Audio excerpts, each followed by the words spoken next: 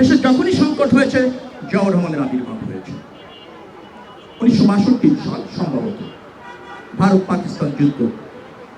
আমরা তখন পাকিস্তান আর পূর্ব পাকিস্তান আর পশ্চিম পাকিস্তান মিলে পাকিস্তান। আপনারা জানেন দ্বি জাতীয় তথ্যের ভিত্তিতে 47 সালে ভারত বিভক্ত হয়েছিল। আমরা পাকিস্তান ছিলাম এবং ভারত দুটি রাষ্ট্র বিভক্ত হয়। 62 যুদ্ধে খেনক্রাম অঞ্চল যুদ্ধ হচ্ছে ভারত এবং পাকিস্তান। আলফা বাহিনীর কমান্ডার শহীদ রাষ্ট্রপতি জিয়াউর রহমান একমাত্র খেনক্রামে পাকিস্তান সেনাবাহিনী ভারতের বিস্তৃত অঞ্চল দখল করে নিয়েছিল জিয়াউর রহমানের নেতৃত্বে, এবং তিনি পাকিস্তানের দ্বিতীয় সামরিক পদকে ভূষিত হয়েছিলেন এই বীরত্বপূর্ণ অবদানের জন্য। সেই নেতা জিয়াউর রহমান।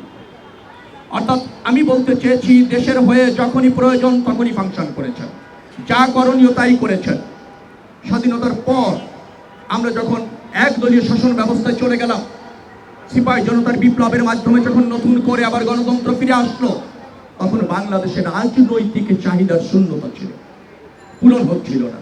রাজনৈতিক ডিমান্ড পূরণ করবার জন্য তিনি এই বাংলাদেশ জাতীয়তাবাদী দল গঠন করেছিলেন।